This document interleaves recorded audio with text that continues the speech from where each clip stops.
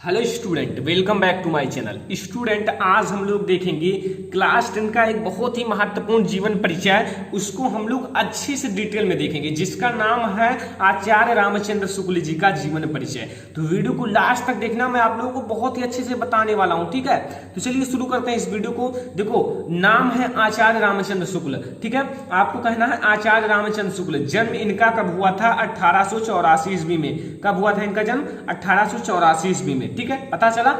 और जन्म स्थान कहां था? बस्ती जिले, जो बस्ती जिले का आगोना नामक ग्राम। ठीक है, अब यहां से आप लोग कैसे कहोगे? आचार्य रामचंद्र शुक्ल जी का जन्म 1884 ईस्वी में बस्ती जिले के आगोना नामक ग्राम में हुआ था।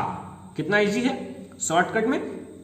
तो अब आप लोगों को कुछ नहीं करना, केवल इसी को याद करना है। नाम क्या है? आचार्य रामचंद्र शुक्ल। जन्म 1884 ईस्वी में और जन्म स्थान बस्ती जिले के आगोना नामक ग्राम में। ठीक है, पिता का नाम चंद्रवली शुक्ल। इनके जो आचार्य रामचंद्र शुक्ल हैं, इनके पिता का नाम चंद्रवली शुक्ल था। ठीक है, इनकी शिक्षा जो थी, देखो, AF, ठीक है, एंड इंटरमीडिएट। ठीक है, AFA एवं इंटरमीडिएट। ठीक है, FA, ये आपका FA एवं इंटरमीडिएट। ठीक है, यानी कि इन्हें आप लोग इंटरमीडिएट भी कह सकते हो।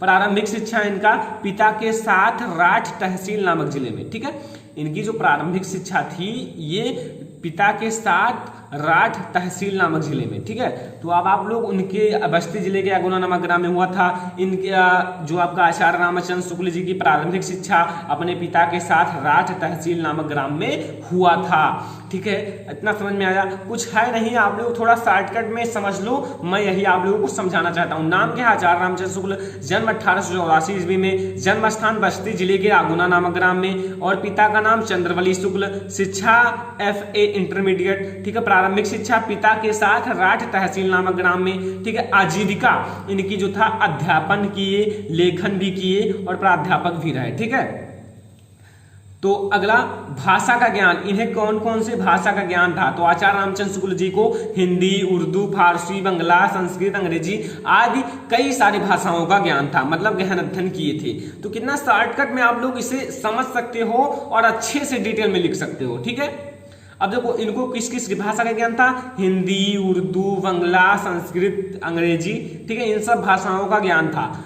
और इनकी मृत्यु कब हुई थी? सन 1941 ईस्वी में। ठीक है, सन 1941 ईस्वी में इनकी मृत्यु हुई थी। ठीक है, जन्म हुआ था 1884 ईस्वी में, लेकिन मृत्यु इनकी हुई थी 1941 ईस्वी में। ठीक है, समझ में आ गया होगा। अब देखो, यहां तक आपको समझ में आ गया। उनका नाम, जन्म, जन्म स्थान, पिता का नाम, शिक्षा, प्रारंभिक शिक्षा, आजीविका, भाषा का ज्ञान और मृत्यु, इतना समझ में आ गया। अब आप लोग इतने से ही आप लोग एक पेज लिख सकते हो जीवन परिचय। ठीक है, अगर ध्यान से पढ़ोगे तो। अब देखो, लेखन विधा इनका जो था, आलोचनाकार थे, निबंधकार थे, नाटककार थे। आचार्य रामचंद्र शुक्ल ये तीनों के लिए जाने जाते थे। आलोचक भी थे, निबंधकार भी थे, नाटक भी, यानी कि नाटक भी लिखते थे, निबंध भी लिखते थे, आलोचना भी लिखते थे। ठीक है, और साहित्य में इनका पहचान निबंधकार के रूप में, अनुवादक के रूप में, संपादक के रूप में, इन तीनों के रूप में जाना जाता है। किसके? निबंधकार के रूप में, अनुवादक के रूप में और संपादक के रूप में। किन्हें? आचार्य रामचंद्र शुक्ल जी को। ठीक है, निबंधकार के रूप में भी जाना जाता है, अनुवादक के रूप में भी जाना जाता है, संपादक के रूप में भी जाना जाता है। ठीक है, और इनकी भाषा जो थी वो शुद्ध साहित्यिक थी, सरल एवं व्यवहारिक भाषा थी। ये जो बोलते थे वो शुद्ध साहित्यिक भाषा होती थी या सरल एवं साहित्यिक भाषा होती थी? किनका? देखो, शुद्ध साहित्यिक या सरल एवं व्यवहारिक भाषा किनका? आचार्य रामचंद्र शुक्ल जी का। आगे देखो, साहित्य में देखो, शैली इनकी वर्णनात्मक, आलोचनात्मक एवं भावात्मक। ठीक है, ये तीन शैली इन्हें, मतलब इनके लिए है। ठीक है, और साहित्य में स्थान, शुक्ल जी को हिंदी साहित्य के जगत में आलोचना का सम्राट कहा जाता है। अगर देखा जाए तो आचार्य रामचंद्र शुक्ल जी हैं, वो हिंदी साहित्य के जगत में आलोचना का सम्राट माना जाता है। किन्हें? आचार्य रामचंद्र शुक्ल जी को। तो समझ में आया, शुक्ल जी को हिंदी साहित्य के जगत में आलोचना का सम्राट माना जाता है। अब हम लोग देखेंगे इनकी रचनाएं। रचनाएं मैंने आप लोगों को बता दूं, देखो इनकी जो रचनाएं हैं बहुत ही प्रसिद्ध हैं सभी, ये सब आपके एक एक मार्क में आते हैं। रस मीमांसा किसकी रचना है, आपको मिलेगा पहले, जब आपके पहले क्वेश्चन जो 10 नंबर के आते हैं तो आपको लिखना है आचार्य रामचंद्र शुक्ल जी का। त्रिवेणी किसकी रचना है, आचार्य रामचंद्र शुक्ल जी का। चिंतामणि बहुत ही प्रसिद्ध रचना है, वेरी इंपॉर्टेंट है, ठीक है। तो चिंतामणि किसकी है, आचार्य रामचंद्र शुक्ल जी का। आनंद कादंबरी किसकी रचना है, आचार्य रामचंद्र शुक्ल जी का। ये जो मैंने लिखा है 1 2 3 4, ये चारों आपके एक ना एक जरूर आएंगे। पहले जो आपका 10 नंबर आता है हिंदी साहित्य का, ठीक है।